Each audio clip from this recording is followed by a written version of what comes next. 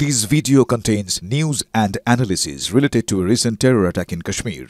The content may include sensitive visuals and discussions that could be distressing to some viewers. Viewer discretion is advised. We strongly condemn all forms of violence and terrorism. The purpose of the content is solely to inform and create awareness based on verified reports. MDH chana masala এখন ছোলা হোক বা বরবটি দানা, সাদা চানা হোক বা কালো, সব রান্নাই হবে অসাধারণ। MDH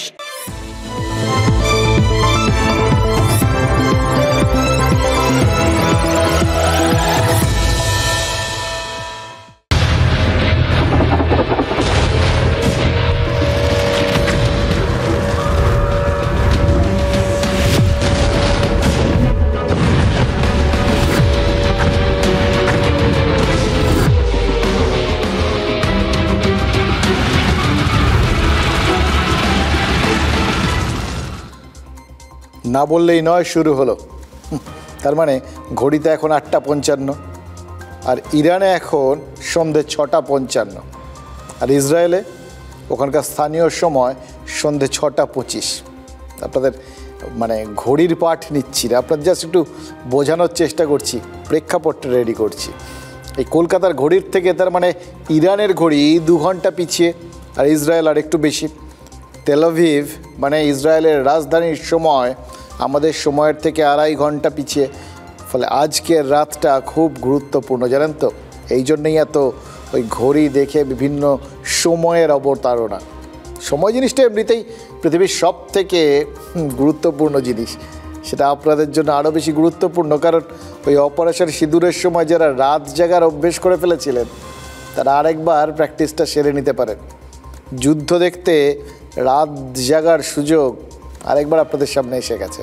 কারণ এখন পর্যন্ত যা খবর, ইসরায়েল আর ইরান এই দুটো দেশই যে কোনো মুহূর্তে নতুন করে ঝাঁপিয়ে পড়তে পারে।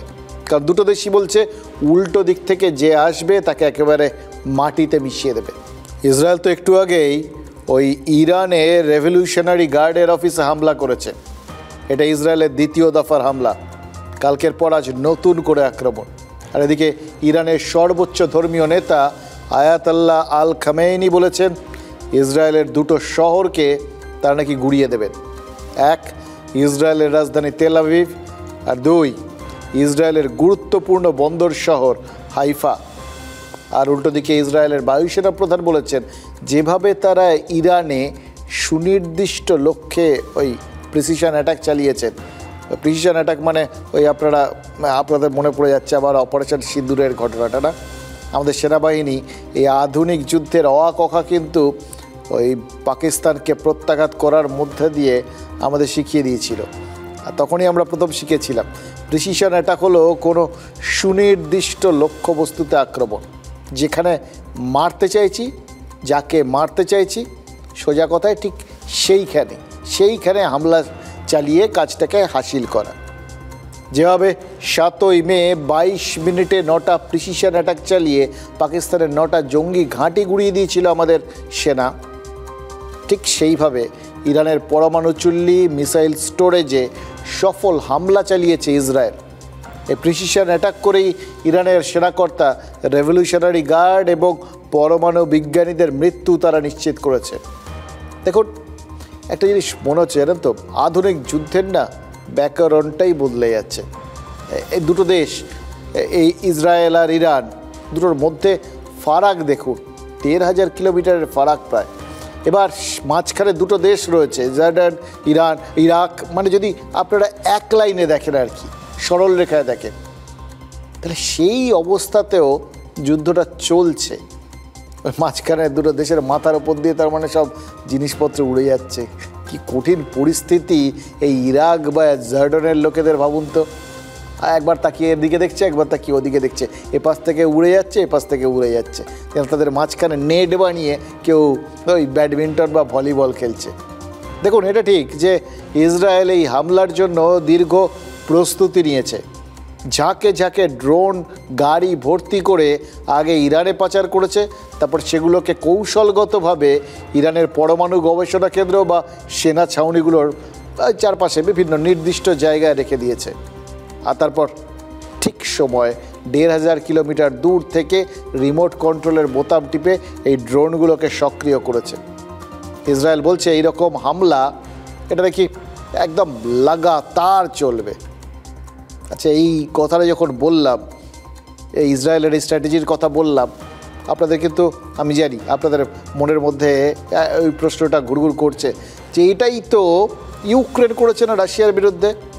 একদমই তাই। ওই বললাম না, আধুনিক ওয়ারফেয়ার, আধুনিক যুদ্ধবিদ্যা কমপ্লিটলি বদলে গেছে। এখন এই সমস্ত বিষয়গুলো আপনাদের মাথায় রাখতে হবে এবং এটার থেকে একটা শিক্ষা নিতে হবে, জানেন তো, আমাদের প্রত্যেক মুহূর্তে তো শিখি, এটাও শিখছি, আমাদের কিন্তু সতর্ক থাকতে হবে।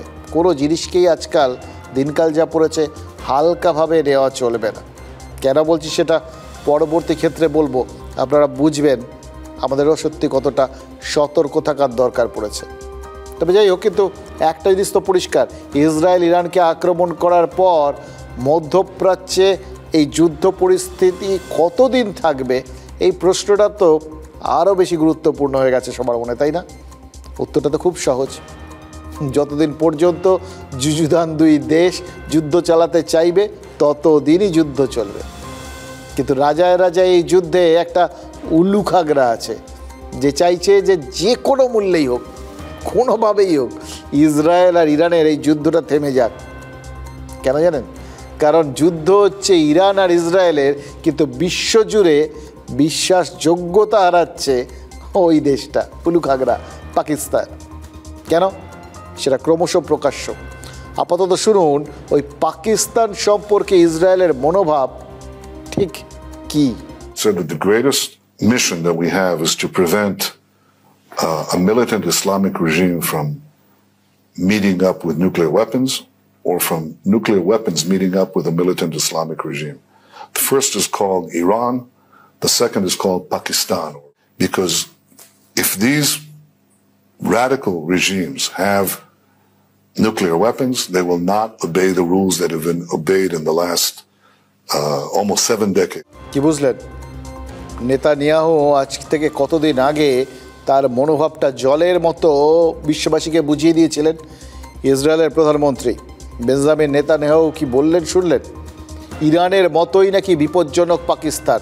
এই দুটো দেশই মৌলবাদী আর জঙ্গিদের দ্বারা নিয়ন্ত্রিত এবং দুটো দেশের হাতেই ওই পরমাণু অস্ত্র যদি কোনোভাবে চলে যায় সেটা গোটা বিশ্বের জন্য অত্যন্ত বিপজ্জনক ব্যাপার। ওই বাঁদরের হাতে যেরকম তরোয়াল দিলে বাঁদর মাছি তাড়াতে গিয়ে রাজার মাথা কেটে দিতে পারে, এটাও সেরকমই ব্যাপার। এদের হাতে পরমাণু অস্ত্র থাকা মানে যে কোনো সময় যে কোনো দেশের নিরাপত্তা নষ্ট করতে পারে। এটা কোনোভাবেই এদের হাতে থাকতে দেওয়া যাবে না। এটাই তো ইসরায়েলের একদম বদ্ধ মূল ধারণা। এবার প্রশ্ন উঠতেই পারে, এই আশঙ্কার থেকে ইসরায়েল যদি পরমাণু শক্তিধর হতে চাওয়া ইরানে হামলা চালাতে পারে, তাহলে ইতিমধ্যেই পরমাণু শক্তিধর হয়ে যাওয়া পাকিস্তানের কপালে কি নাচছে? দেখুন, কি নাচছে না নাচছে তা তো বলতে পারবো না, তবে পাকিস্তান যে সিঁদুরে মেঘ দেখছে এটা তো বলতে পারি। এক ভারতের রক্ষা নেই, তারপর যদি এখন দোসর ইসরায়েল হয় তাহলে তো ত্রাহি মধুসূদন অবস্থা হবে ওদের। এমনিতেই অপারেশন সিঁদুরের পর থেকে পাকিস্তান সব কিছুতেই যে সিঁদুরে মেঘ দেখবে এটাই তো স্বাভাবিক। আর ইসরায়েল যেভাবে ইরানে হামলা করেছে তারপর তো পাকিস্তানের আশঙ্কাটা আরও নিশ্চিতভাবেই অনেক অনেক গুণ বেড়ে গেছে। এমনকি পাকিস্তানের ন্যাশনাল অ্যাসেম্বলির স্পিকার পর্যন্ত, মানে তার যে ভেতরের ভয় তো চেপে রাখা মুশকিল, তার মুখ দিয়ে পুরোটা বেরিয়ে গেছে। তারা এখন মনে করছেন, এটাই হচ্ছে মজা, ইসরায়েলকে এখন পাকিস্তান বলছে জঙ্গি রাষ্ট্র। সে একবার বলেছিল না অনুব্রত মণ্ডল, আমি চ্যানেল 9 মানে TV 9কে আর কি ভালোবাসি না, এই পাকিস্তানের এই ভদ্রলোকের বক্তব্যটা অনেকটা সেরকমই শোনালো, জানেন তো। কার আর এরকম লোকজনকে ভাল লাগে বলুন তো, যারা যে কোনো সময় তাদের জন্য তাদের সব পর্দা ফাঁস করে দিতে পারে। এই যে দুম করে তিনি বলে দিলেন কথাটা, এটাও কি তাদের আরও একটু বিপদ ডেকে আনলো না? এটাও কিন্তু আবার ভাবার বিষয়। ইসরায়েলকে এইভাবে জঙ্গি রাষ্ট্র বলে দিয়ে পাকিস্তান কি তার ল্যাজ মুছড়ে দিল, মানে ষাঁড়ের ল্যাজ আর কি। এক্ষেত্রে যেভাবে ফুঁসছে ইসরায়েল এবং যেভাবে আক্রমণ শানিয়েছে ইরানের ওপর, তাদের তো খ্যাপা ষাঁড় ছাড়া আর কিছু মনে হচ্ছে না। নাকি এরা অন্য একটা দিকও আছে আর কি। এই সমস্ত কথাবার্তা বলে একটা ওই আরব বিশ্বের মধ্যে, মুসলিম বিশ্বের মধ্যে একটা ভ্রাতৃত্বের বার্তা দেওয়ার চেষ্টা করেছেন ন্যাশনাল অ্যাসেম্বলির স্পিকার, যে দেখো ইরানকে আমাদের বন্ধু রাষ্ট্র, তাকে ইসরায়েল মারছে, এরপর আমাদের মারবে, তাই আমরা সবাই একজোট হই এবং ইসরায়েলকে এইভাবে জঙ্গি রাষ্ট্র ধরে নিয়ে তাদের উচিত শিক্ষা দিই। এটা একটা ভালো স্ট্র্যাটেজি, জানেন তো। কিন্তু এটার থেকে বড় মানে জোকস বোধহয় এই শতাব্দীতে নেই। যে দেশটা জঙ্গিদের আশ্রয় দেয় বলে বিভিন্ন সময় তাদের নেতা বা সেনা কর্তারা স্বীকার করেছেন, যে দেশটা প্রকাশ্যে বলছে আমেরিকার আবদার রাখতে গিয়ে তারা জঙ্গি তৈরির কারখানা খুলে বসে আছে দীর্ঘদিন ধরে, আফগানিস্তানকে ব্যবহার করে রাশিয়ার বিরুদ্ধে সেই প্রশিক্ষিত জঙ্গিদের ব্যবহার করেছে, সেই দেশটা এখন অন্য দেশকে জঙ্গি দেশ বলছে। ভাবা যায়? কিন্তু কেন বলছে? পাকিস্তানের এভাবে ইসরায়েলকে জঙ্গি রাষ্ট্র বলে দেওয়ার পেছনে এক এবং একমাত্র কারণ ইসরায়েলের বিরুদ্ধে ওই বললাম একটা মুসলিম বিশ্বকে এক করার চেষ্টা। কিন্তু ঐতিহাসিকভাবে পাকিস্তান হলো সেই অবাগা, জানেন তো, যারা যখন যেদিকে চায় সেদিকেই সাগর শুকিয়ে যায়। একটা উদাহরণ দিয়ে বলি আপনাদের, পরিষ্কার বুঝতে পারবে। ইনফ্যাক্ট আপনাদের মনের মধ্যে পাকিস্তানের জন্য একটা সহানুভূতিও তৈরি হয়ে যেতে পারে, জানেন তো। মানে ধরুন এই যে অপারেশন সিঁদুরের পর পাকিস্তান প্রথম কোন দেশে ছুটে গেছিল? পাকিস্তানের প্রধানমন্ত্রী শাহবাজ শরীফ আর সেনাপ্রধান আসিম মুনির গিয়েছিলেন ইরানে। কি করতে গেছিলেন? ইরানের প্রেসিডেন্ট এবং তাদের সর্বোচ্চ ধর্মীয় নেতাদের সাথে বৈঠক করতে। এবার ইরান বলে দেশটাকে যারা চালান তাদের মধ্যে সর্বোচ্চ ক্ষমতা থাকে ওই ধর্মীয় নেতারাতে।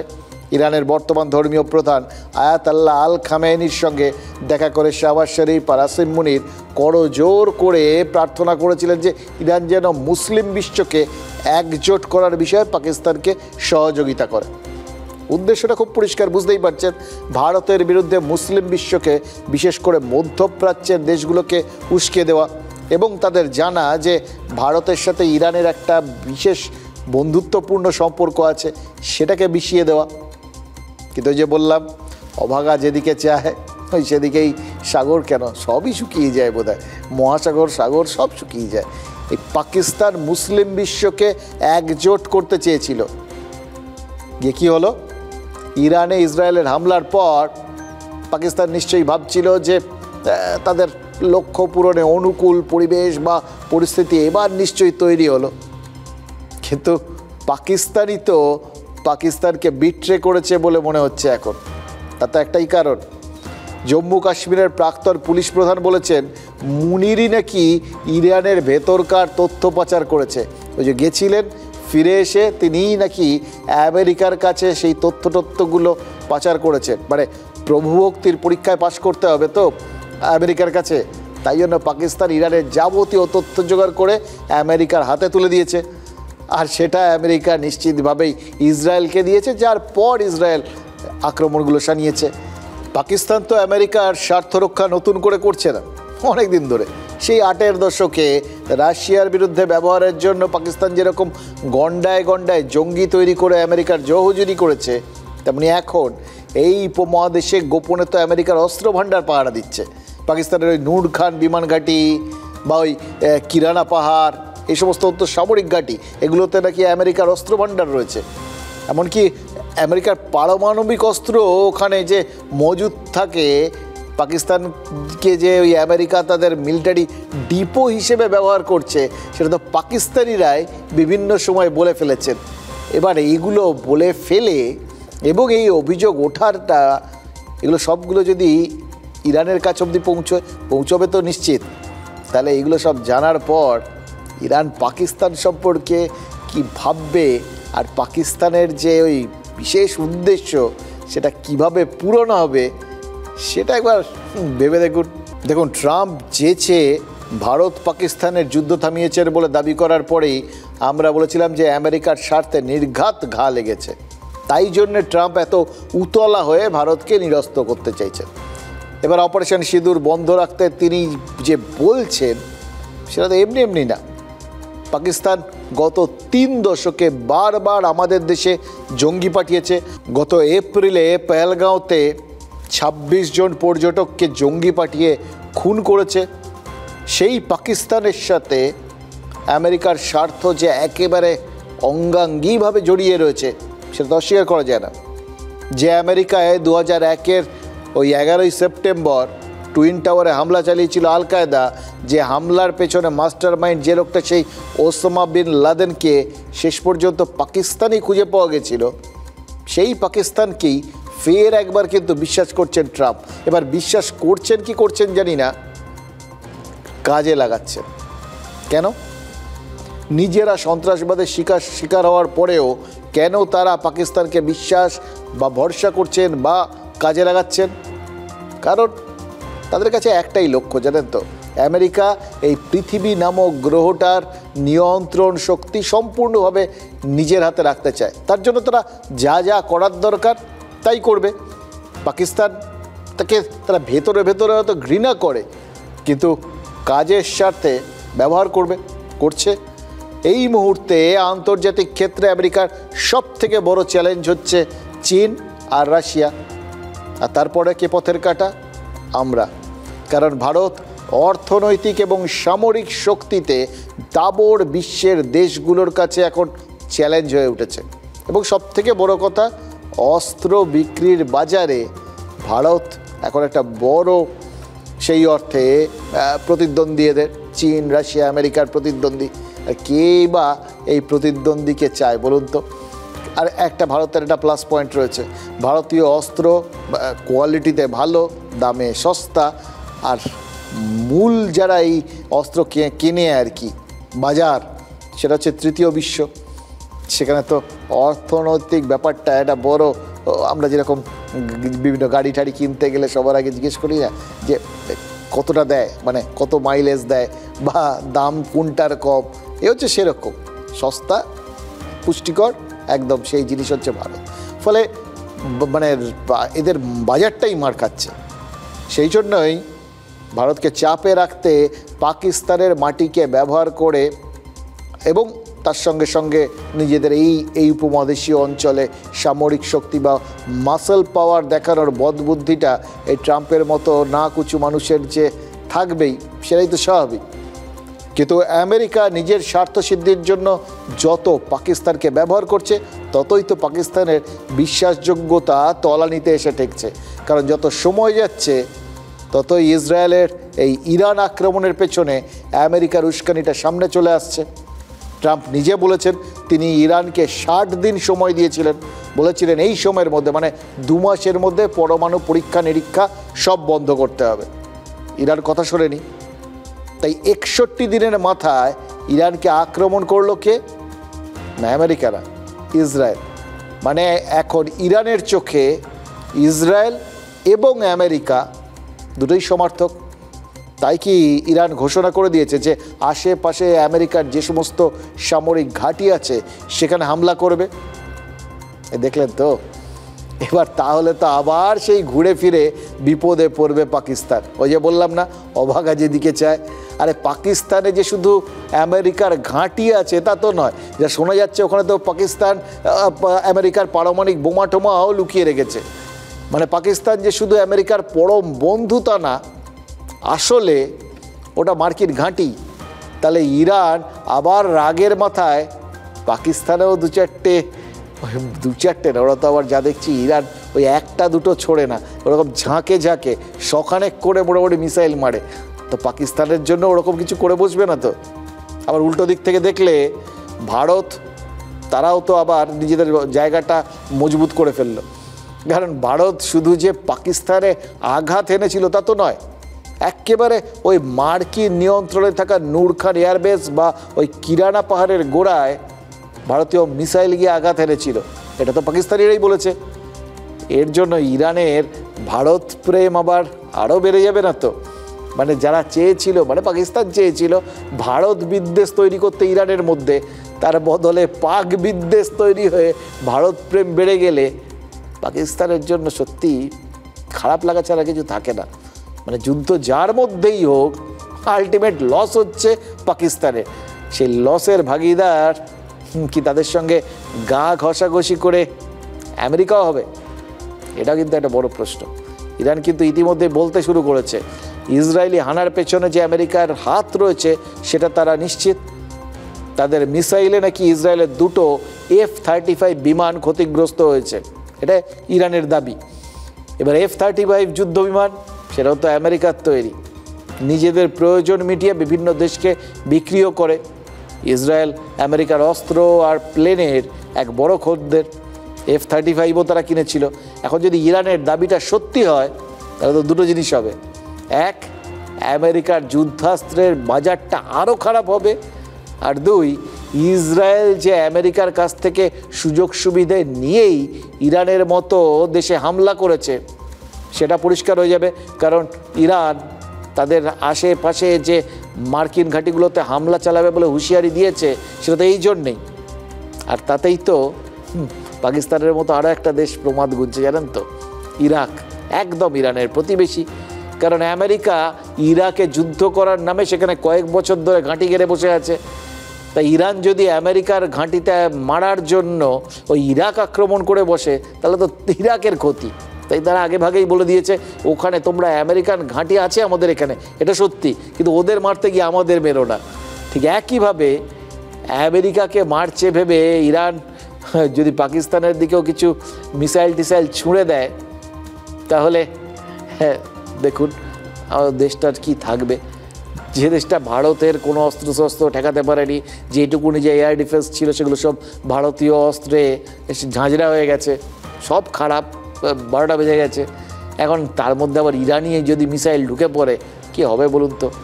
হ্যাঁ, আমেরিকার কোলে উঠে যে দেশটা ভারতের মোকাবিলা করবে ভেবেছিল সেই দেশ যদি ইরানের নিশানা হয়ে যায় তাহলে তো তাদের শ্যাম আর কুল দুটোই যাবে। আর ওদিকে ভাবুন, দুটো দেশ যুদ্ধ করছে, ইরান আর ইসরায়েল, এর মধ্যে ইরানের টার্গেট যে কোনো সময় হতে পারে, আর ইসরায়েল তারা তো পাকিস্তানকে টার্গেট করেই রেখে দিয়েছে। শোনালাম আপনাদের বক্তব্য নেতানিয়াহুর।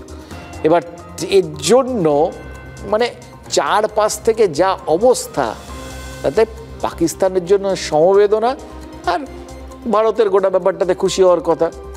কিন্তু সত্যি কথা বলতে কি, আমরা কি সত্যিই এইরকম পরিস্থিতিতে খুশি হতে পারছি? জালালউদ্দিন রুমি ছিলেন তুরস্কের কোনিয়া শহরের মৌলবি, হয়েছিলেন সুফি সাধক, যার জন্য রুমির ওই পরিবর্তন। তার নাম শামসে তাবরিজ। তাবরিজের এই শামস এক কথায় রুমির গুরু। ইরানের তাবরিজ শহর থেকে তুরস্কে গিয়ে রুমিকে বদলে দিয়েছিলেন যিনি। তাদের কাহিনী অনেকটা আমাদের রামকৃষ্ণ আর তোতাপুরীর মতো। তাবরিজের শামস কোনো কথা না বলে শুধুমাত্র চেতনার আদান প্রদান করে বদলে দিয়েছিলেন রুমিকে। রুমি, যিনি ধর্মীয় অনুশাসন লিখতেন, তিনি বদলে গিয়েছিলেন সাধক এবং কবিতে। তাবরিজের শামস না থাকলে রুমিকে পেত না দুনিয়া। তেমনি ইরানের তাবরিজ শহর না থাকলে শামসকেই তো দুনিয়া চিনত না। এখানে ঐতিহাসিক তাবরিজ শহরে ইসরায়েল হামলা করেছে। ব্যাবিলনীয় সভ্যতাকে তুলোয় মুড়িয়ে বাঁচিয়ে রেখেছে যে দেশ, সেই ইরানের বহু জায়গায় অবলীলায় ড্রোন হামলা করেছে ইসরায়েল। ইরানের অবস্থা যুদ্ধবিধ্বস্ত যে কোনো দেশের মতো, ধ্বংস ধ্বংস আর ধ্বংস। যেখানে যেখানে ইসরায়েল আক্রমণ করেছে সেখানে শুধুই ধ্বংসের ছবি দেখছে ইরান, দেখছে দুনিয়া। তালিবানরা আফগানিস্তানে বামিয়ানের বুদ্ধমূর্তি উড়িয়ে দিয়েছিল বিস্ফোরক দিয়ে। আজকের দুনিয়া দেখছে দুই যুদ্ধবাজ দেশ, সনাতনী আর আব্রাহামিক ধর্মের ধারক ইরান আর ইসরায়েল, পরস্পরের সভ্যতা, কৃষ্টি আর ইতিহাসকে গুড়িয়ে দিতে চাইছে। দেখুন, সাম্প্রতিককালে বিশ্ব অনেকগুলো যুদ্ধ দেখেছে, জানেন তো, কিন্তু এইভাবে মানে কি বলবো, বিশ্বের সভ্যতার বেশ নিদর্শনগুলো এইভাবে যে ধ্বংসবস্তুতে পরিণত হবে, ধ্বংসস্তূপে পরিণত হবে, এরকম পরিস্থিতি কিন্তু আগে হয়নি। আজ ইসরায়েল যে নতুন করে আক্রমণ শুরু করেছে, যে শহরটায় হামলা করেছে, সেটা তো ওই তাবরেজ। দেখো, যুদ্ধে ক্ষয়ক্ষতি হবে, দুপক্ষেরই হবে। দুদল যুদ্ধ করলে কোলাটারাল ড্যামেজ, এটাই তো স্বাভাবিক। এক পক্ষ মারলে আরেক পক্ষ মারবেই। কিন্তু ইসরায়েল ইরানের যুদ্ধে যে শুধু দেশ দুটো না, গোটা বিশ্বই ক্ষতিগ্রস্ত হতে পারে, তা সেরকম তো একটা পরিস্থিতি তৈরি হয়েছে। ক্ষতি কি সব শুধু ওই একরকম হয় নাকি? সভ্যতার ক্ষতি, সংস্কৃতির ক্ষতি, বিশ্বের অসাধারণ নিদর্শনগুলোর ক্ষতি, এগুলো কি সবার ক্ষতি নয়? যদি ব্যাবিলনীয় সভ্যতার নিদর্শনগুলো, যেগুলো এখনও ইরান সযত্নে বাঁচিয়ে রেখেছে, ইনফ্যাক্ট ইরানের মধ্যেই বোধহয় এই ধরনের প্রাচীন সভ্যতার নিদর্শন সব থেকে বেশি আছে, ইতিহাসের বিভিন্ন টুকরো টাকরা ইরানের এপাশ ওপাশ ছড়িয়ে। তাবরেজের মতো সেই জায়গাগুলো যদি ক্ষতিগ্রস্ত হয় তাহলে তো সেটা শুধু ইরান নয়, গোটা দুনিয়ার জন্য একটা ধাক্কা। একইভাবে ইরান যদি ইসরায়েলকে মারতে গিয়ে জেরুজালেমের কোনো ক্ষতি করে, সেটাও তো একইভাবে ওই আব্রাহামীয় ধর্মের পীঠস্থানটাকে ধ্বংস করে দেবে। এবং সেটা তো কোথাও গিয়ে বিশ্বের জন্য একই রকম ক্ষতিকারক। আর এইসবের বাইরেও এই যুদ্ধের আর একটা ধাক্কা আছে, সেটা হলো তেলের বাজারে ধাক্কা। ইরান আর ইসরায়েল দুটো দেশই সারা বিশ্বে অপরিশোধিত তেলের যোগানদার, এবং ওই অঞ্চলে যদি যুদ্ধ লাগে তাহলে তো সেটা গোটা আরব বিশ্বের ওপর প্রভাব ফেলবে। ফলে ইতিমধ্যেই বিশ্ববাজারে তেলের দাম বেড়েছে। দুদিনের মধ্যে অপরিশোধিত তেল বা ক্রুড তার দাম চচর করে বাড়ছে। অপরিশোধিত তেলের দাম বাড়লে ভারতের চাপ, গোটা বিশ্বেরই চাপ, ভারতের বেশি চাপ, কারণ বিশ্ববাজারে যা তেলের দাম থাকে, কমলে আমাদের এখানে দাম কমে না পেট্রোলের, ডিজেলের, কিন্তু বাড়লে সবার আগে আমাদের এখানে দাম বেড়ে যায়। আর আমাদের যা তেল লাগে তার প্রায় পুরোটাই আমদানি করতে হয়। ফলে যতই ইরান ইসরায়েল যুদ্ধে আমাদের চিরশত্রু পাকিস্তানের নাক কান কাটা যাক, মন খুলে আনন্দ করা যাবে বলুন তো? তেলের কারণে ওই অর্থনৈতিক চাপ আমাদের ঘাড়ে চেপে বসবে, আর দুই বন্ধু দেশের মধ্যে যুদ্ধ আমাদের ধর্ম সংকটে ফেলে দেবে। এটাই তো হয়েছে। কাজে এই যে পরিস্থিতি, এটা নিয়ে এই মুহূর্তে আমাদের দেশ ঠিক কোন জায়গায় দাঁড়িয়ে আছে সেটা নিয়ে আজ কিছু কথা তো বলতেই হবে, যে কথাগুলো আপনারা জানেন, না বললেই না।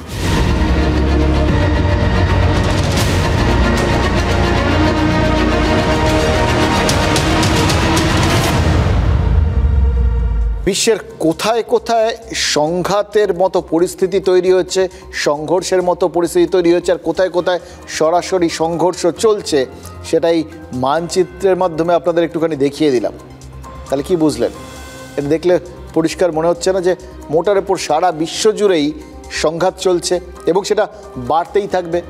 সামরিক বিশেষজ্ঞরা বলছেন যে কায়েমি স্বার্থের লড়াইটা যে জায়গায় পৌঁছচ্ছে, আর একটা বিশ্বযুদ্ধ না বেঁধে যায়। তবে এখনই তার কোনো সম্ভাবনা নেই। এখন এই দেশগুলোর মধ্যে লিমিটেড স্কেল ওয়ারফেয়ার হবে, মানে একটা নিয়ন্ত্রিত যুদ্ধ চলবে। তারপর 2030-31 গিয়ে নাকি একেবারে মহাযুদ্ধ লেগে যেতে পারে, অন্তত সামরিক বিশেষজ্ঞরা সেই রকম আশঙ্কায় রয়েছে। এবার যদি সত্যিই তাই হয়, সেই যুদ্ধে কিন্তু পদাতিক সেনার ব্যবহার একদম কমে যাবে। বলছিলাম না যে এখন যুদ্ধের গ্রামারটাই বদলে গেছে। খেয়াল করে দেখুন, এই যে ড্রোন গিয়ে লড়াই করছে সেটা আগে ছিল, এখন তো তাই হচ্ছে। আনম্যান্ড যে এয়ার বেসড যে কোনো ভেহিকেলগুলো, সেইগুলোকে বেশি ব্যবহার করা হচ্ছে। এরা অদ্ভুত একটা পরিস্থিতি আসছে। ভাবুন, দুটো দেশ যুদ্ধ করছে 1,500 কিলোমিটার দূরে, মাঝখানে অন্য দুটো দেশ রয়েছে, টপকে গিয়ে এ ওর বাড়িতে মিসাইল মারছে, এ ওর বাড়িতে মিসাইল মারছে। কি অবস্থা! আসলে প্রাণহানি যতটা সম্ভব কম রাখতে এই ড্রোনেই এরপরে লাগানো থাকবে মেশিন গান। জানেন তো, আমরা বুঝে গেছি। ভারত ইতিমধ্যেই এই ধরনের ড্রোন তৈরি করতে শুরু করে দিয়েছে, যা শত্রু দেশের ড্রোন আর সন্ত্রাসবাদীদের ধ্বংস করবে। টার্গেটের কাছাকাছি না গিয়েও টার্গেট কিলিং করা যাবে। মানে বুঝতে পারছেন, গোটা বিষয়টায় এখন বদলে যাচ্ছে আক্রমণের ধারাটা। আর গুরুত্বপূর্ণ নিজের দেশে কি হচ্ছে? নিজের দেশে গুরুত্বপূর্ণ হচ্ছে রক্ষণের ধারাটা।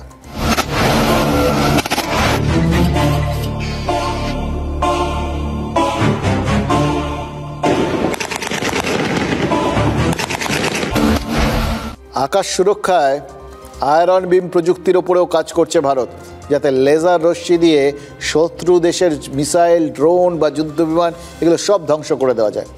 এছাড়াও আপনারা তো দেখেই ফেলেছেন, আকাশ সুরক্ষার জন্য 7 স্তরের নিরাপত্তা ব্যবস্থা, মানে সুদর্শন চক্র, সেটা তো রয়েছে, যা পাকিস্তানের সঙ্গে সামরিক সংঘাতের সময় একেবারে তাক লাগিয়ে দিয়েছে। ওই বললাম, আক্রমণটা হবে অন্য দেশের গিয়ে, এবং অন্য দেশের আক্রমণটা রুখতে হবে নিজের দেশে দাঁড়িয়ে। আর এর সঙ্গে একটা জিনিস খেয়াল করে দেখুন, আপনাদের মাথায় আছে, আরেকবার মনে করিয়ে দিই। আমাদের 3 বাহিনীর প্রধানরা যখন একসঙ্গে বসে সাংবাদিক সম্মেলন করছিলেন এই অপারেশন সিঁদুরের পর, তারা একটা কথা বলেছিলেন, মনে আছে? আমাদের নৌবহরও এগিয়ে গেছিল পাকিস্তানের দিকে, এবং তারা যদি আক্রমণ শানাতো, এর আগের বার তারা যখন করাচিতে 71 সালে আঘাত এনেছিল আমাদের নৌবহর, তখন পাকিস্তান দুটুকরো হয়েছিল, বাংলাদেশের জন্ম হয়েছিল। আর এবার যদি নৌবহর গিয়ে আঘাত হানতো তাহলে পাকিস্তান 4 টুকরো হয়ে যেত। এ কথাটা বলার কারণ কি? কারণ হচ্ছে যে এখন যেরকম রিমোট যুদ্ধ চলছে, সেখানটায় দাঁড়িয়ে যখন নৌবহর আরেকটা দেশের কাছাকাছি পৌঁছে যাবে বা আক্রমণে নেমে যাবে, বুঝতে হবে সর্বশক্তি দিয়ে এবং মানে শেষ ধাপ গেম ক্লোজ করার জন্য আক্রমণ শানানো শুরু হয়েছে। আন্তর্জাতিক সংবাদ মাধ্যমে ভারতের এই সমস্ত বিভিন্ন প্রযুক্তিগত উন্নতির খবর পড়ে নিশ্চয়ই পাকিস্তানের প্রতিরক্ষা মন্ত্রী খাজা আসিফ একেবারে উত্তেজিত হয়ে পড়েছেন, জানেন তো। কম্পিটিশন দিতে তিনিও পাক সংসদে দাঁড়িয়ে একদম রাজা উজির যা পেরেছেন মেরে গেছেন। এটা একটা অসাধারণ, মানে এই পাকিস্তান আর বাংলাদেশ, এখানকার এই নেতা মন্ত্রীরা কি বলেন কি বলেন না, কেন বলেন, এর কোনো মানে সীমা পরিসীমা নেই। লোকে শুনলে হাসে, তাও তারা বলে যান। এই খাজা আসিফ যেমন দাবি করেছেন যে চীন আমেরিকার দেওয়া যুদ্ধ বিমানে পাকিস্তানও নাকি দেশীয় প্রযুক্তিতে বিশেষ যন্ত্রপাতি লাগিয়েছে। ভাবুন, পাকিস্তান পাওয়া যে যন্ত্রপাতিগুলো, মানে চীন থেকে যা পেয়েছিল, আমেরিকা থেকে যা পেয়েছিল, সেগুলোকেই ভারতের বিরুদ্ধে ঠিক করে ব্যবহার করতে পারেনি, যার ফলে এই দুটো দেশেরই অস্ত্র বাজারটা একদম ধসিয়ে ছেড়ে দিয়েছে। আর সেখানে তারা নাকি নিজস্ব দেশীয় প্রযুক্তি লাগাচ্ছে। সেটা কি?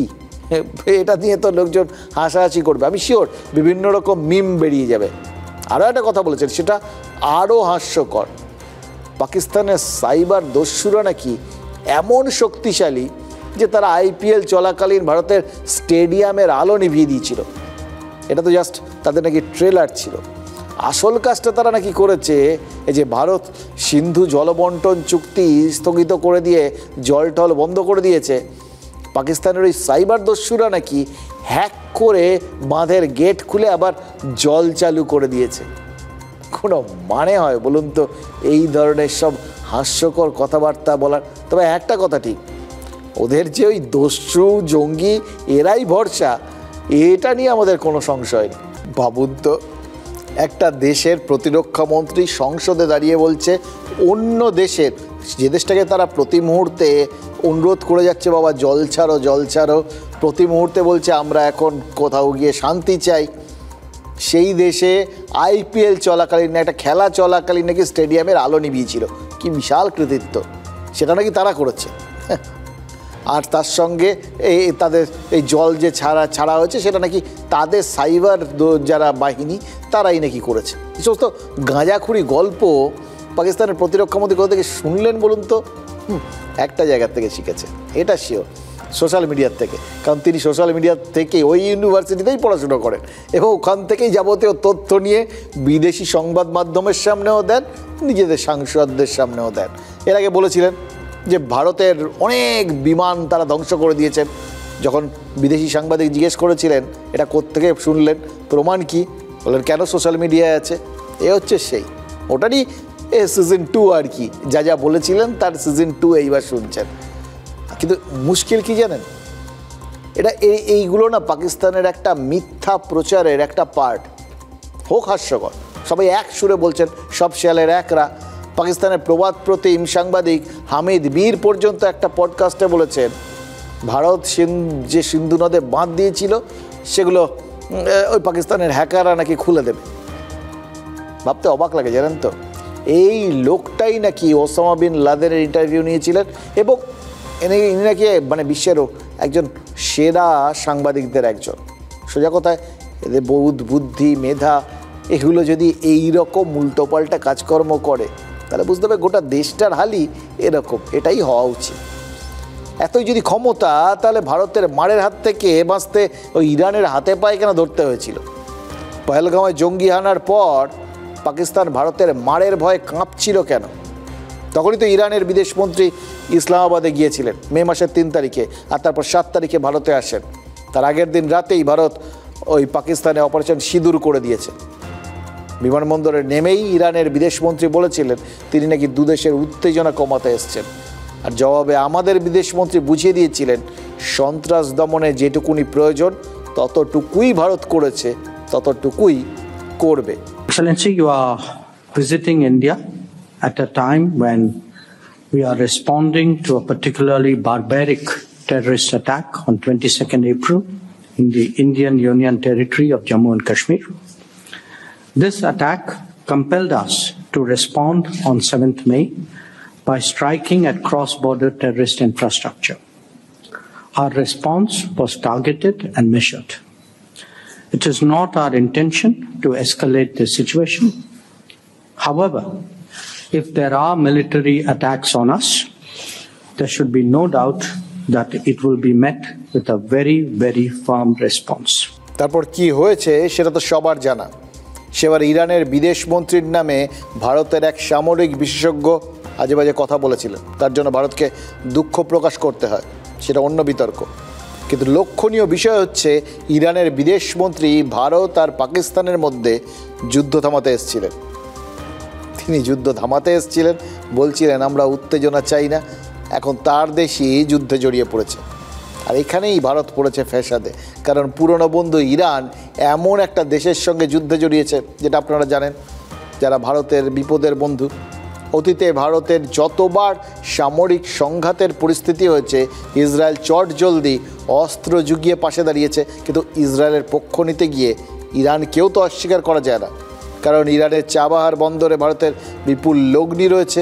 চাবাহার দিয়ে আফগানিস্তানের মধ্য দিয়ে সেন্ট্রাল এশিয়া আর এশিয়া মাইনরে ভারতের বাণিজ্য হয়। তেমনি ইসরায়েলের হাইফা বন্দরের মাধ্যমে ভূমধ্যসাগরে বাণিজ্যের পরিকল্পনা রয়েছে। এই দুটো দেশের সঙ্গেই ঘনিষ্ঠ ব্যবসায়িক স্বার্থ রয়েছে। বিদেশমন্ত্রী জয়শঙ্কর তাই কাল পরপর দুদেশের বিদেশমন্ত্রীর সাথে কথা বলেছেন এবং যথাসম্ভব নিরপেক্ষ থাকতে দুটো কথোপকথনের পোস্টই একসঙ্গে তিনি করেছেন।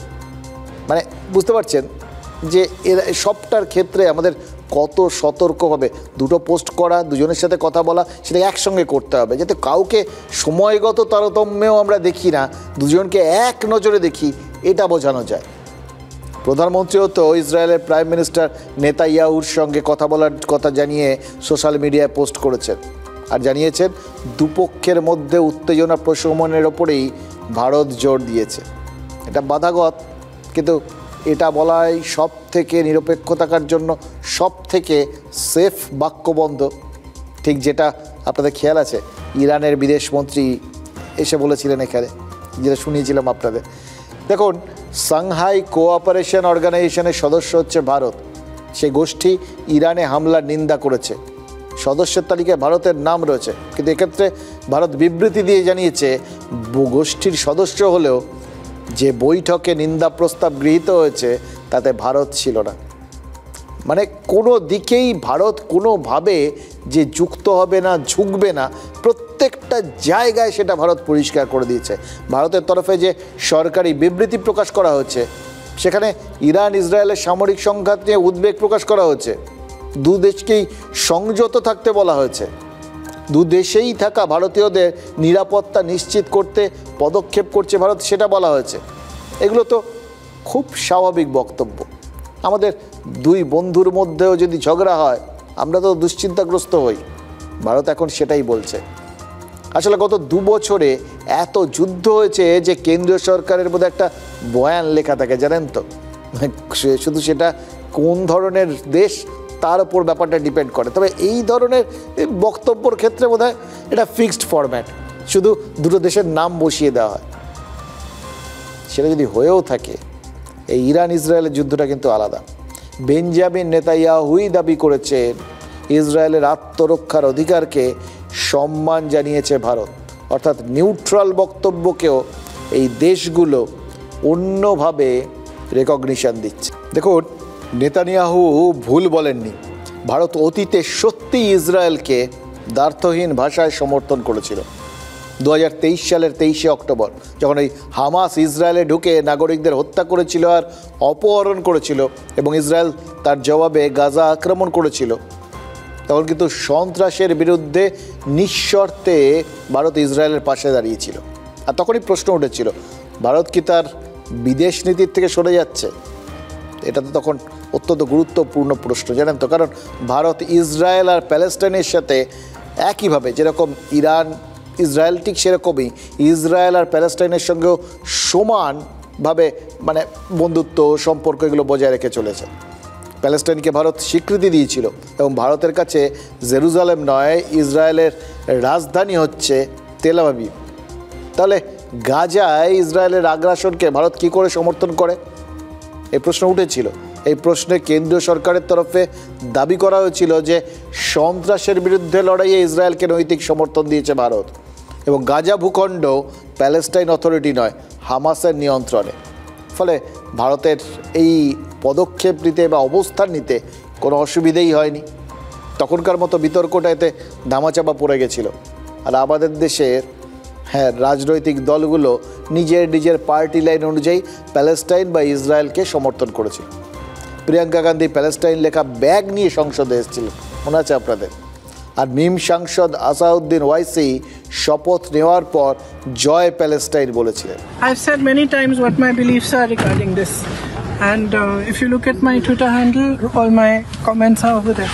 पैलेस्टीन का बैग तो लेकर आई, क्या संदेश देना चाहती हैं? क्या देना चाहती हैं? जब बांग्लादेश में हिंदुओं पर अत्याचार हुआ तो एक शब्द उनके मुंह से नहीं निकला।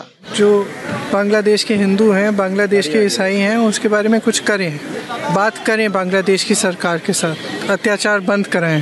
कल कांग्रेस के एक नेत्री संसद में फिलिस्तीन का बैग लेकर घूम रही थी और हम यूपी के नौजवानों को इजराइल भेज रहे हैं वहां पर। जय भीम, जय मीम, जय तेलंगाना, जय फलस्तीन, तकबीर, अल्लाहु আকবার। দেখুন, আসাউদ্দিন ওয়াইসি সংখ্যালঘু রাজনীতি করেন, তার ভোটাররা প্যালেস্টাইনকে সমর্থন করেন, স্বাভাবিকভাবে ওয়াইসিও তাই করেছেন। আর প্রিয়াঙ্কা গান্ধী ভাডরা, তিনি তো ওয়েনারের সাংসদ, সেখানে প্রায় অর্ধেক ওই মুসলিম ভোটার।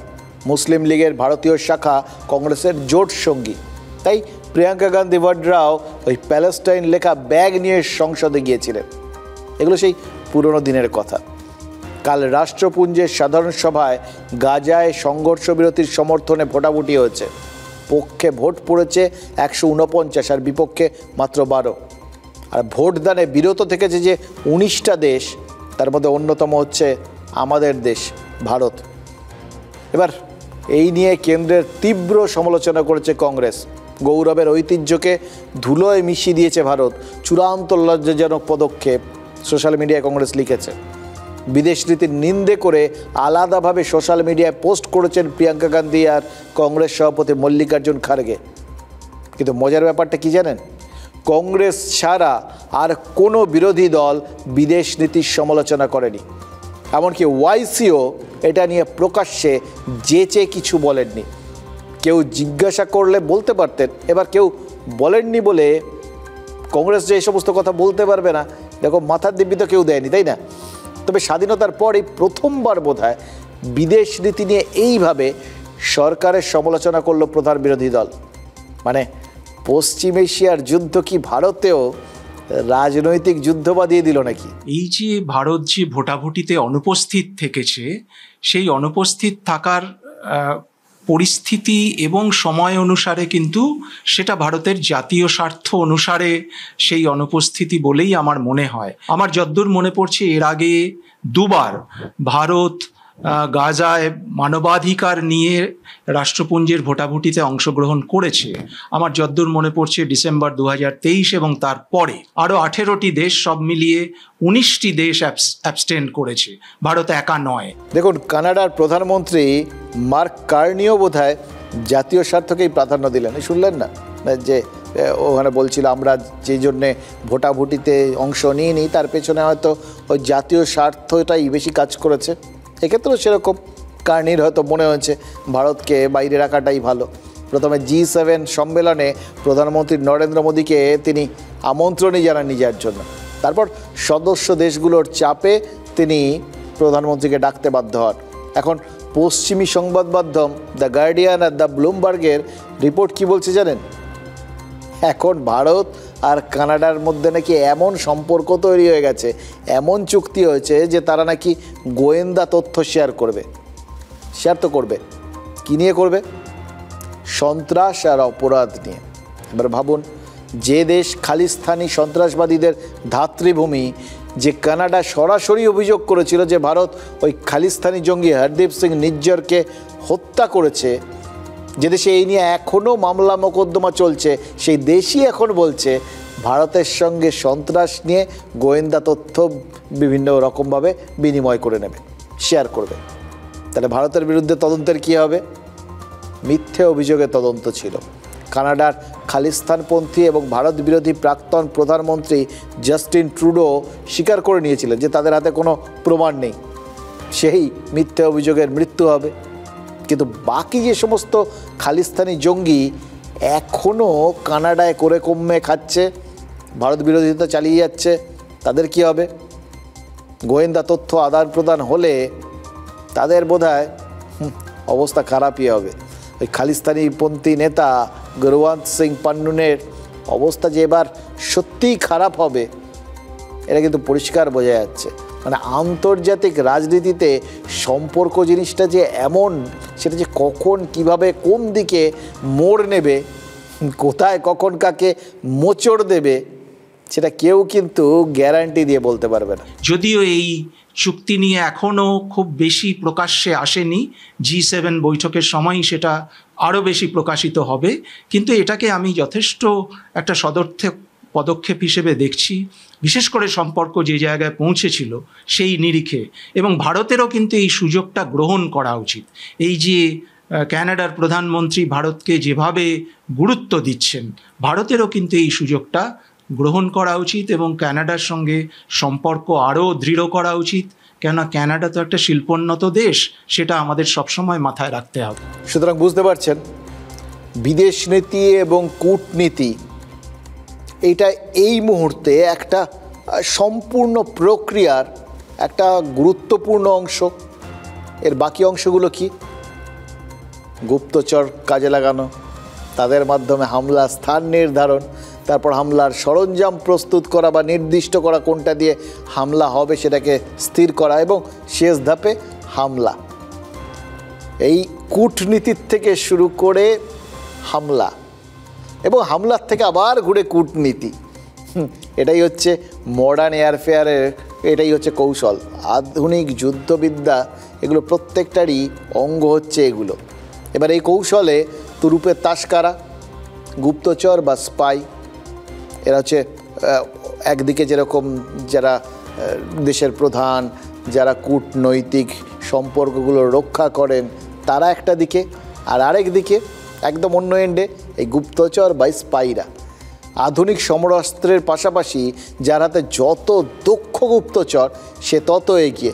এই যে খেয়াল করে দেখুন, এই যে ইসরায়েল হানা দিয়েছে, তারা আগে সমস্ত তথ্য পেয়েছে, সেই জন্যই তো একদম নির্দিষ্ট লক্ষ্যে আঘাত হেনে ইরানের সেনা প্রধানকে শুদ্ধ মেরে দিয়েছে। একদম তার যেখানে আছেন সেখানে গিয়ে আঘাত এনেছে। ভারত তারা একসঙ্গে নির্দিষ্ট জায়গায় জানতো বলে, খবর পেয়েছিল বলে তবেই না ওই 9টা জঙ্গি ঘাঁটিকে উড়িয়ে দিতে পেরেছে। ওটা যে জঙ্গি ঘাঁটি এটা তো আগে জানতে হবে, তার জন্যই গুপ্তচরদের দরকার। তাই একদিকে গুপ্তচর নিয়োগ আর একদিকে গুপ্তচরদের খুঁজে বার করা, এটাও কিন্তু মানে কাউন্টার ইন্টেলিজেন্স, এটাও খুব জরুরি। এই দুটোই যুদ্ধ জয়ের সবথেকে বড় অস্ত্র। ইসরায়েল এবং ইরানের যুদ্ধে এটা আরও বেশি করে সামনে এসছে, এবং এই অপারেশন সিঁদুর থেকে ইরান ইসরায়েল যুদ্ধ, এই প্রত্যেকটা জিনিস দেখা, এবং তার সঙ্গে ওই ইউক্রেন আর রাশিয়ার যুদ্ধ, এই প্রত্যেকটা ক্ষেত্র আমাদের কিন্তু নতুন করে এই বিষয়গুলো ভাবতে বাধ্য করছে। জানেন তো, ওই শুরুর দিকে বলছিলাম সতর্ক থাকার কথা, সব দিক থেকে সতর্ক থাকার কথা। কোন দেশ আমাদের ক্ষতি করার জন্য কোথায় কখন এই ড্রোন ফোন ঢুকিয়ে দেওয়ার চেষ্টা করবে সেটা তো এখন উড়িয়ে দেওয়া যায় না। ইউক্রেন যা রাশিয়ায় করেছে, ইসরায়েল যা ইরানে করেছে, আমাদের শত্রুরা আমাদের দেশে করার চেষ্টা করবে না কোনো সময়, তার কোনো গ্যারান্টি আছে? সতর্ক থাকাটা খুব জরুরি। আর সেটা করার প্রথম ধাপ কি? গুপ্তচর। আমাদের দেশেও যে গুপ্তচর লুকিয়ে রয়েছে এটা নিয়ে তো কোনো সংশয় নেই। এখন এই বিদেশি গুপ্তচরদের খুঁজে বার করার কাজটা চলছে দিনরাত। চাকরি দরকার, জানেন তো। এই সতর্কতা বা এই উদ্যোগ নেওয়া হয়েছে বলেই ওই ইউটিউবার জ্যোতি মালহোত্রা বা পাঞ্জাবের ইউটিউবার জসবীর সিং এরা ধরা পড়েছে। ভাবুন, এরা আমাদের দেশের নাগরিক হয়েও দেশের সাথে গদ্দারি করেছে, দেশের গোয়েন্দারা এদের খুঁজে বের করেছে। কিন্তু যারা বিদেশি হয়েও এদেশের নাগরিক হয়ে বসে আছেন, তারা যে এদেশের নাগরিকত্ব নিয়ে গুপ্তচর বৃত্তি করে চলেছেন বা করছেন না এরকম কোনো গ্যারান্টি নেই। তারা আমাদের দেশের মধ্যে ঢুকে যদি পড়ে থাকেন একজন ভিনদেশি, তাদের তো খুঁজে বার করাটা সব থেকে বেশি জরুরি। এবং সব থেকে মজা কি জানেন, আমাদের যে দুটো দেশ সব থেকে বেশি আমাদের দেশের মধ্যে ঢুকে পড়েছে এইভাবে, সে দুটো দেশই আমাদের ক্ষতি চায়, সব থেকে বেশি ক্ষতি চায়, পাকিস্তান আর বাংলাদেশ। এই দুই দেশের নাগরিকরা অবৈধভাবে আমাদের দেশের মধ্যে মিশে থেকে তারা যে গুপ্তচর বৃত্তি করছে না, এটার গ্যারান্টি নেই, বরঞ্চ সম্ভাবনাটাই সব থেকে বেশি।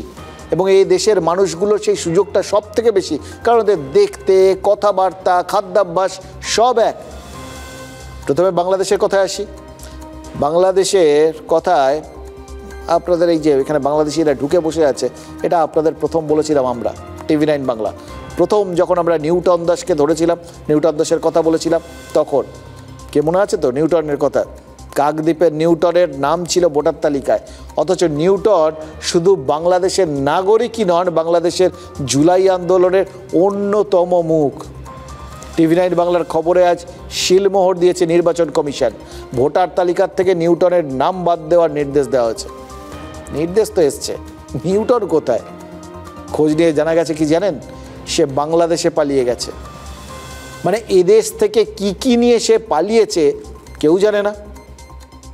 শুধু যে মানে আমাদের নাগরিক হয়ে এখানে ছিল, রোজগার করেছে, সে তো না, তার বাইরেও অনেক কিছু করতে পারে। সে যে এখানে গুপ্তচর বৃত্তি করতো না, গ্যারান্টি আছে? সে যে এখান থেকে কোনো তথ্য বাংলাদেশে নিয়ে যায়নি, গ্যারান্টি আছে? যখন জানা গেছে যে বাংলাদেশের ওই জুলাই আগস্ট বিপ্লবের পেছনে জামাতিদের হাত ছিল, এবং আরও নির্দিষ্টভাবে বললে পাকিস্তানি সন্ত্রাসবাদী ওই হাফিজ সঈদদের হাত ছিল, লস্করের হাত ছিল, তাহলে এখান থেকে কোনো জিনিস এখন বাংলাদেশে পৌঁছলে কোনো তথ্য, সেই তথ্য যে পাকিস্তানে পাচার হচ্ছে না, তার গ্যারান্টি কোথায়? প্রশ্নটা আরও একটা জায়গায়। টাকার জন্য বা ভোট ব্যাংকের জন্য যে নেতারা একজন বাংলাদেশিকে এইভাবে আশ্রয় দিল, প্রশ্রয় দিল, তাদের কি হবে? তারাও কি এক একজন গদ্দার নন? তারাও কি টাকার বিনিময়ে দেশকে বিক্রি করে দিচ্ছেন না? এই নেতাদের দৌলতে আর কত নিউটন চারপাশে ছড়িয়ে ছিটিয়ে আছে, আমাদের জনসংখ্যার মধ্যে মিশে আছে, এটা একবার ভাবুন তো। নিউটন বাংলাদেশে পালিয়ে যাওয়ার আগে TV9 বাংলায় স্বীকার করেছিল, বাংলাদেশি হওয়া সত্ত্বেও শাসক দলের নেতাদের দৌলতেই সে ভারতের নাগরিক হয়েছিল। পূর্বপুরুষদের জায়গা সংক্রান্ত বিষয়ের কারণে যেহেতু আমি ওয়ারিশ হই, 2024 সালে আমাকে একবার বাংলাদেশে আসতে হয়। জুলাইয়ের বিপ্লবের মুখে পড়ে যাই। 2014 সাল থেকে আমার কাকদ্বীপের ভোটার, কিন্তু 2017 সালে আমার ভোটার কার্ডটি হারিয়ে যায়। তখন 2018 সালে আমি আবার আমাদের বিধায়কের সহযোগিতা নিয়ে আমি আবার আমার কার্ডটি তুলি। যদি কারোর বিরুদ্ধে অভিযোগ থাকে, সে ভোটার না হয়, তার কার্ড থাকবে কেন? আমরা তো তৃণমূল কংগ্রেস তো বারবার বলছি যে কেন্দ্রের নির্বাচন কমিশন দেখুন, ভোটার তালিকায় নানা ধরনের কারচুপি হচ্ছে এবং সেটা অন্য রাজ্য থেকে ভোটার ঢুকিয়ে দেওয়া হচ্ছে, এই হচ্ছে ওই হচ্ছে। তৃণমূল কংগ্রেসই তো সব থেকে বেশি সরব। কুণাল ঘোষ ঠিক বলেছেন, সব থেকে বেশি সরব তৃণমূল। আবার নিউটনদের আশ্রয় দেওয়ার অভিযোগ সব থেকে বেশি কাদের বিরুদ্ধে? সেটাও আবার ঘটনাচক্রে তৃণমূলেরই বিরুদ্ধে। নিউটন দাস কোন নেতার অনুগামী ছিলেন? সুন্দরবন সাংগঠনিক জেলার TMCP নেতা দেবাশিস দাসের। এটা নিয়েই বিজেপি সরব। আবার বিজেপির অভিযোগকে কুৎসা বলে ওড়াচ্ছে তৃণমূল। আর এসবের মাঝে পাখি উড়ে গেছে, নিউটন বাংলাদেশে চলে গেছে। এবার নিউটন আমাদের দেশের সুরক্ষায় কতটা ক্ষতি করে গেল সেটার কোনোদিন জানা যাবে? নিউটনকে বাংলাদেশ থেকে গ্রেফতার করে ফিরিয়ে আনা এখন এই বাজারে তো আর সম্ভব নয় বোধহয়। এভাবে কত নিউটন তথ্য হাতাচ্ছে, কত নিউটন ডেলি প্যাসেঞ্জারি করছে, ভাবুন তো একবার। আর শুধু তো বাংলাদেশ নয়, পাকিস্তান। আজাদ মল্লিক ধরা পড়ার পর জানা গেছিল আমাদের চারপাশে পাকিস্তানের চররা দিব্যি ঘুরে বেড়াচ্ছে, কিন্তু সেটা যে একজন দুজন নয়, সেটার প্রমাণ মিলল কোথায় জানেন? ইডির একটা চিঠিতে। আতঙ্ক আরও ছড়িয়ে বসেছে। 2 মাস আগে পাসপোর্ট জালিয়াতি কাণ্ডে বিরাটির থেকে পাকড়াও হয় আজাদ। ইডির তদন্তে কেঁচো খুঁড়তে কেউ উঠে বেরিয়েছিল। জানা গেছিল আজাদ বাংলাদেশি নয়, বাংলাদেশ হয়ে এদেশে আসা পাকিস্তানের নাগরিক। আজ ইডি নির্বাচন কমিশন একটা চিঠি দিয়েছে, কি বলেছে জানেন? আজাদের মতো অন্তত ৭৮ জন, একদম ঠিক শুনছেন, ৭৮ জন বিদেশি নাগরিকের নাম রয়েছে আমাদের ভোটার তালিকায়, যারা হয় বাংলাদেশি নয় পাকিস্তানি। এদেশে এসে ভোটার কার্ড সহজে পেয়ে গেছে এরা। এবং ইডি সূত্রে যা জানা যাচ্ছে, এই ৭৮ জন সন্দেহভাজন রানাঘাট, মধ্যমগ্রাম, চাকদা এই এলাকাগুলোর ভোটার। নেটওয়ার্কের এইটুকুনি জানা গেছে। তাহলে আসল নেটওয়ার্কটা কত বড় ভাবতে পারছেন? দেশের সুরক্ষা এটা কত বড় একটা বিপদ এটা বুঝতে পারছেন? এই ৭৮ জনের মধ্যে কতজন গুপ্তচর সেটা আশা করি আমাদের দেশের গোয়েন্দারা খুঁজে বার করতে পারবেন। কিন্তু যদি তারা এরকমভাবে একটা গুপ্তচর বৃত্তির নেটওয়ার্ক তৈরি করে থাকেন, তাহলে কিন্তু আমাদের নিরাপত্তা নিয়ে প্রশ্ন এবং আশঙ্কা দুটোই ওঠাটা খুব জরুরি এবং স্বাভাবিক। এতদিন জানতাম যে বাংলা দুষ্কৃতীদের সেফ জোন হয়ে উঠছে, আর এখন যে শুনছি তাতে তো মনে হচ্ছে বাংলা গুপ্তচরদেরও সেফ জোন হয়ে উঠেছে।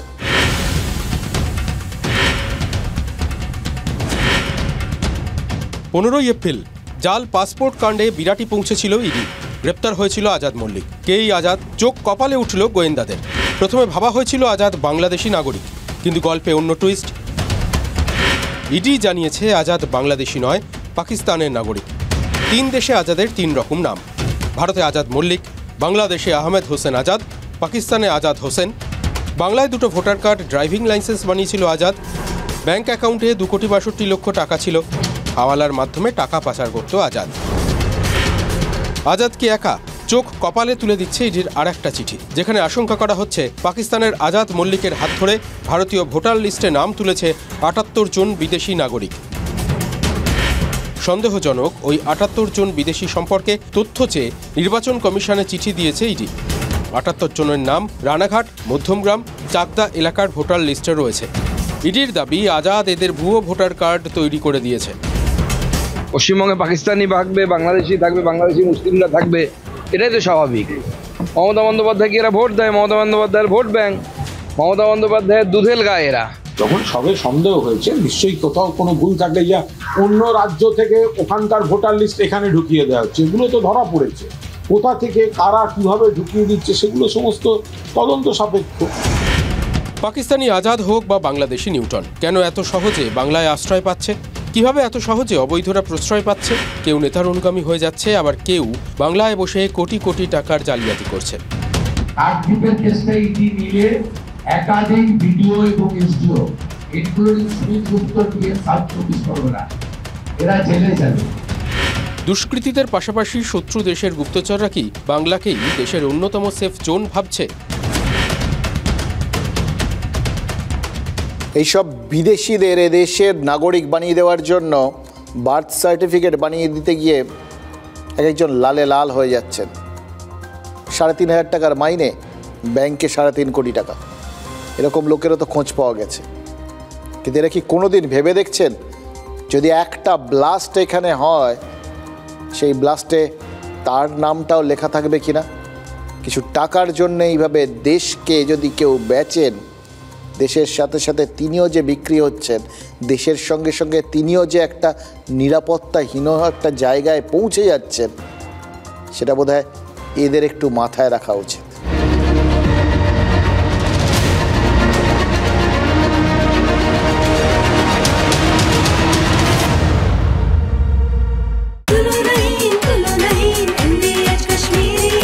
আরে কম দে কিন্তু খাঁটি দে।